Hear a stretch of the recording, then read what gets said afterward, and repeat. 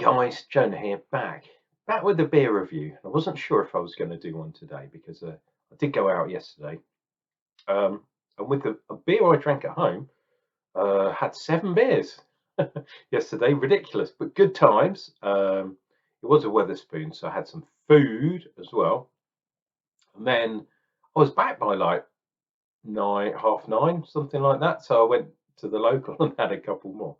But anyway, we are doing a beer that you probably already know from the title and the clickbait, but it is from the Beer 52 Southwest magazine, which was late November, early December, I think.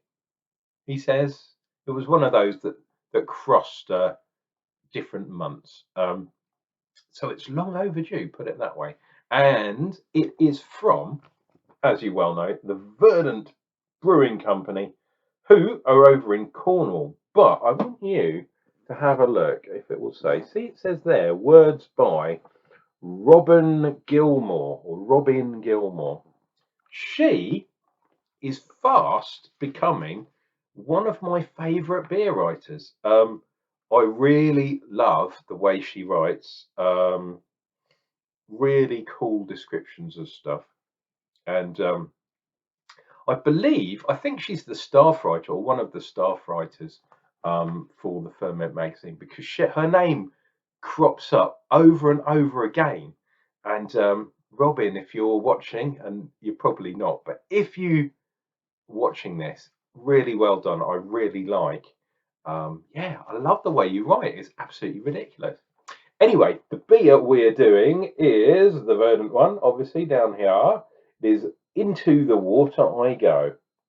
Penryn in Cornwall, and it's a pale ale, which is weird because Verdant are well known for doing like IPAs, NEPAs, especially hazies, pretty strong beers as well, like doubles and things. But this is just a mellow pale ale at 4.2%. It says soft, smashable, Verdant pale ale with oodles of tropical fruits and some sharper citrus. Very hoppy. Again, the diagram, whoops, over here looks a bit like the Star Trek insignia that people wear on their uniforms. And we've got Amarillo, Mosaic, and Strata. Very, very interesting. And the can looks pretty cool as well. But enough from the magazine. This is the can, and it's a 440, which is cool. Oh dear, my cough is still there. Slightly unusual. Look at that. It looks like a kind of seashore kind of thing, or some sort of modern art thing, perhaps. If I go around this way, into the water I go. It's a pale ale, obviously. Interesting. They've got hot side and cold side editions. So hot side means in the boil, basically.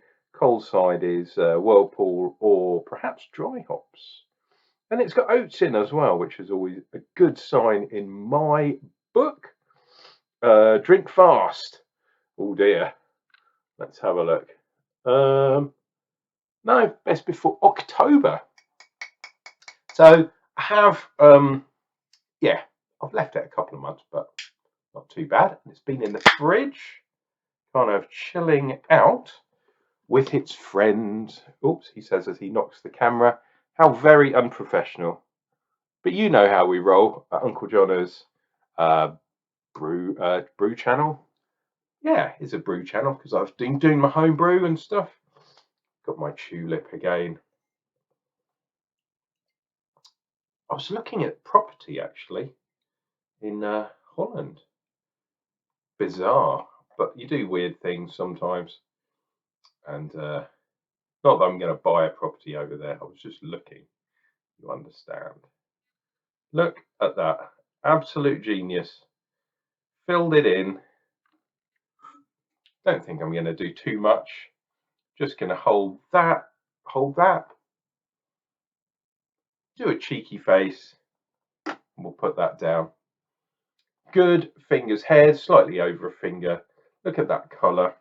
As a pale ale, exactly what it should be.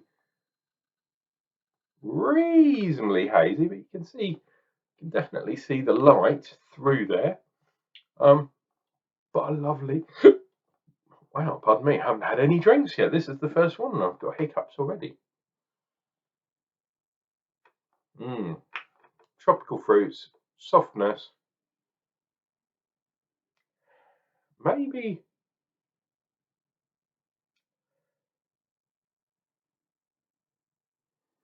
yeah, it's mainly tropical, but I'm kind of picking up a citrusy, lemony, grapefruit, perhaps, something along those lines. Let us see what we get from this wonderful beer. But before I start, if I could ask for a favour, if you have enjoyed this review so far, and if you stay till the end, why not think about clicking like? It really does make a difference. And if you are liking these reviews, why not subscribe? Join the Unclejona Brewing Massive, or beer reviewing massive. Join with me, and you'll never miss another review. Cheers! Let's get into it.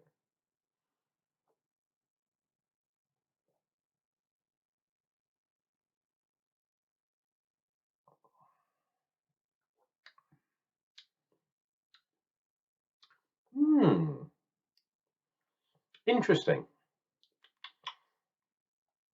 So Amarillo, sometimes called a dual hop because you can use it as aroma and flavour, but you can also use it in the boil, which I think is what these guys have done.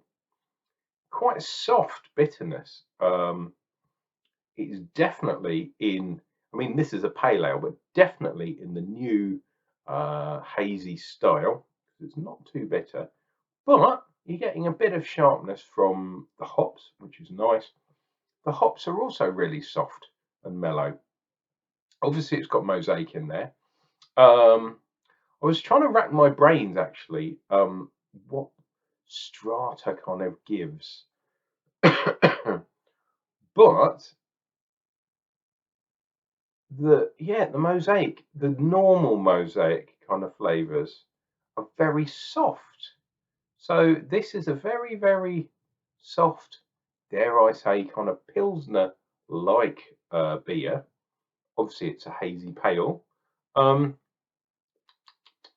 but yeah, easy drinking. And at what did we say it was? 4 point something.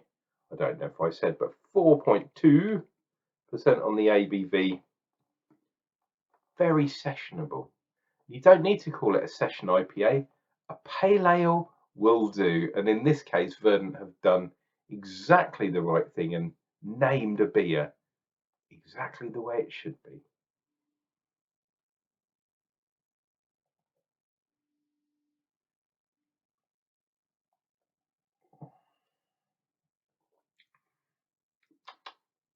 There is a bit of a lemony kind of sharpness as well, but it's not.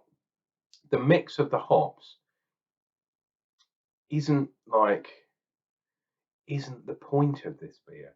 This, I think, is meant to be really easy drinking, probably summer beer that you could have a fair few of these, not get sick and tired of having lots of incredibly hoppy beers that destroy your taste buds. Definitely for that evening, and maybe even for the next day as well. The other thing, adding the oats and the creaminess and the kind of creamy texture that you get by having oats in your beer really lends itself to certain styles. Um, I had some oatmeal stouts last night actually, from a local brewery, Wonson Brewery, really good. And it does add something else to a beer. It really does. Um, and you can probably see there is a well-defined tide line. Even though I've had two sips, there's definitely a tide line across the top, which is really nice to see. And no doubt that is from the oats as well. Let's dive in for a little bit more.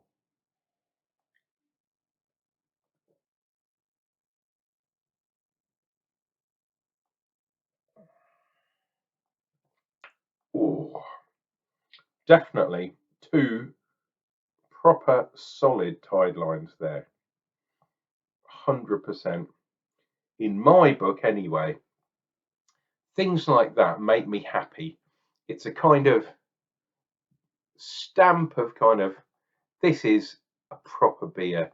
This is something that I'm going to enjoy. Obviously, you can't really tell that until you've been drinking, but it's a good sign.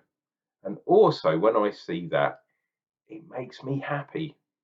It reminds me of when I get out of the bath and there's a big line, usually of dirt or something. Is it that time of year yet? No, I don't think it's bath time. Not in January. My God. This is a really nice beer. Is it going to win a huge amount of awards and stuff? Probably not, because it's nothing outrageous. It's not doing something crazy. And that's the way the beer world, like the rest of the world, is going at the moment.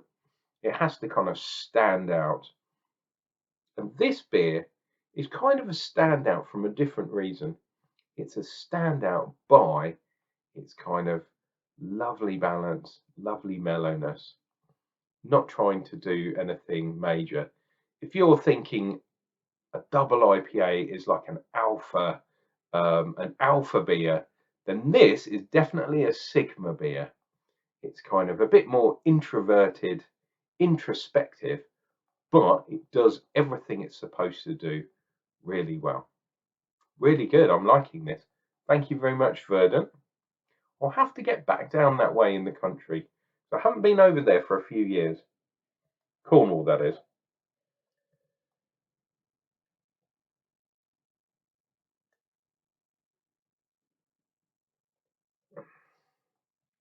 And there is a third line. So that is consistency. Really good beer. Not like, I wouldn't say it's a total award-winning beer, but really nice to see that Verdant are making this kind of beer. A pale ale, even says it on the can, because they are known for doing crazy IPAs, crazy doubles, all sorts of crazy wrongness. That's really good to see them doing something nice and mellow and doing it really well. And I salute you for doing that. Guys, this has been Unclejona. Drinking beers from Cornwall. So you guys don't have to. I would highly recommend you going over there, because different kind of craft scene to the southeast and Kent, where I live. There is a craft scene here, but it's a lot more based on sort of traditional hops and that kind of thing. But there are some craft beers here. Kent seems to be the county home to the microbrewery. Sorry, the micro pub. In fact, pardon me. Wow, quite well carbonated. That one was kind of, yeah, a late burper, should we say? Yes, get yourself down to Cornwall. Let me show you, which one is it? It's this one, the Southwest. So for those of you that are maybe not from the UK or not kind of privy to things, that is what the Southwest looks like.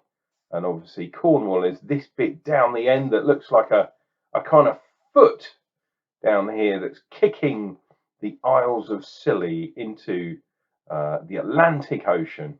And as you can see down here, Verdant Brewery is in a place called Falmouth, which I've been to. Quite a cool town, got a naval base there. Yeah, I believe one of my friends from school went to there for university. So yeah, I've definitely been through there, definitely had a few beers there. But yeah, definitely want to check out. If you want to go back, rewind this video, pause it for that map, you can definitely see where some of the other breweries are within Cornwall and within Somerset, which is obviously the neighbour of Cornwall, which is a bit more inland. You do have some beaches there, and all the way up to Bristol and that kind of stuff. And then you've got the south coast as well, which is really nice. I'm rambling. It's Friday evening, so I'm going to let you go. But between you and me, why not have some beers over the weekend? And why don't you tell me what beers you're drinking? Have you had any good ones lately? This has been Uncle Jonah. Take care of yourself. Take care of each other. Drink some beer.